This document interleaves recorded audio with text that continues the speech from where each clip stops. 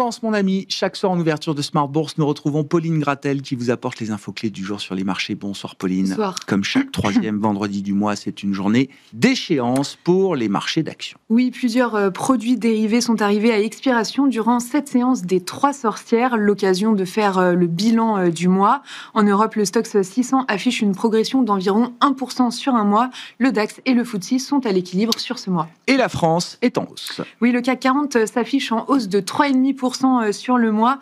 Aujourd'hui, l'indice parisien cédait 1% ce matin avant de remonter proche de ses records au-dessus de 8200 points. L'indice français a effacé ses pertes après que Donald Trump a admis que les menaces de nouveaux droits de douane à l'encontre de la Chine ne sont pas viables. Trump et Xi Jinping prévoient donc toujours de se retrouver et de se rencontrer prochainement pour discuter de différents sujets et notamment des sujets commerciaux. Qu'en est-il des indices actions aux États-Unis cet après-midi, Pauline ? Sur un mois, le S&P 500, le Nasdaq et le Dow Jones évoluent autour de l'équilibre. Aujourd'hui, les indices américains ont ouvert en léger repli avant de revenir autour de l'équilibre. La prudence domine après que 2 banques régionales américaines, Zions et Western Alliance, ont révélé qu'elles avaient accordé des prêts douteux qui ne seront sûrement jamais honorés.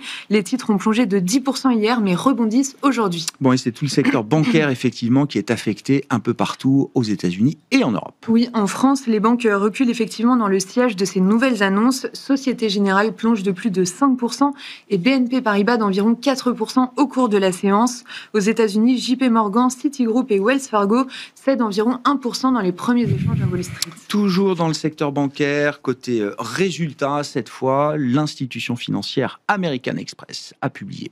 Oui, American Express a publié ses comptes du 3e trimestre et est optimiste sur ses prévisions de bénéfices et de chiffre d'affaires annuel.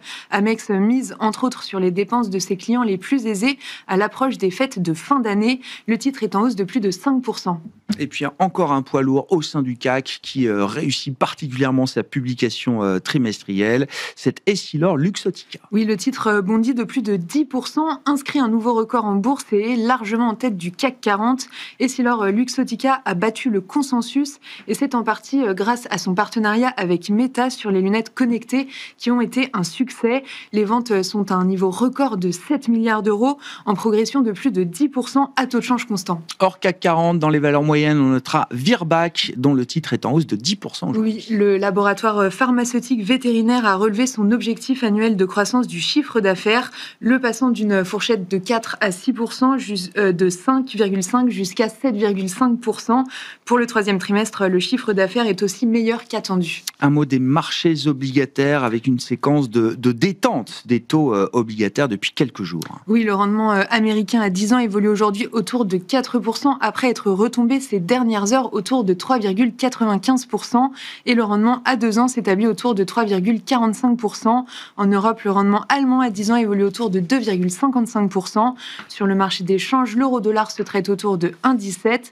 À noter, les prix du pétrole ont perdu 15% en 3 semaines. Quels seront les temps forts de la semaine prochaine à l'agenda des marchés, Pauline ? La semaine prochaine, la saison des publications va monter en puissance avec en France ceux d'une quinzaine de composantes du CAC 40, L'Oréal, Kering, Hermès, Sanofi et d'autres. Aux États-Unis, on attend entre autres les publications de Netflix, Tesla, 3M, Intel ou encore Amazon.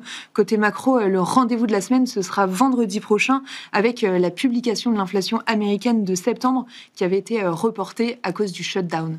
Tendance, mon ami, chaque soir, Pauline Gratel est avec nous en ouverture de Smart Bourse et vous apporte les infos clés du jour sur les marchés.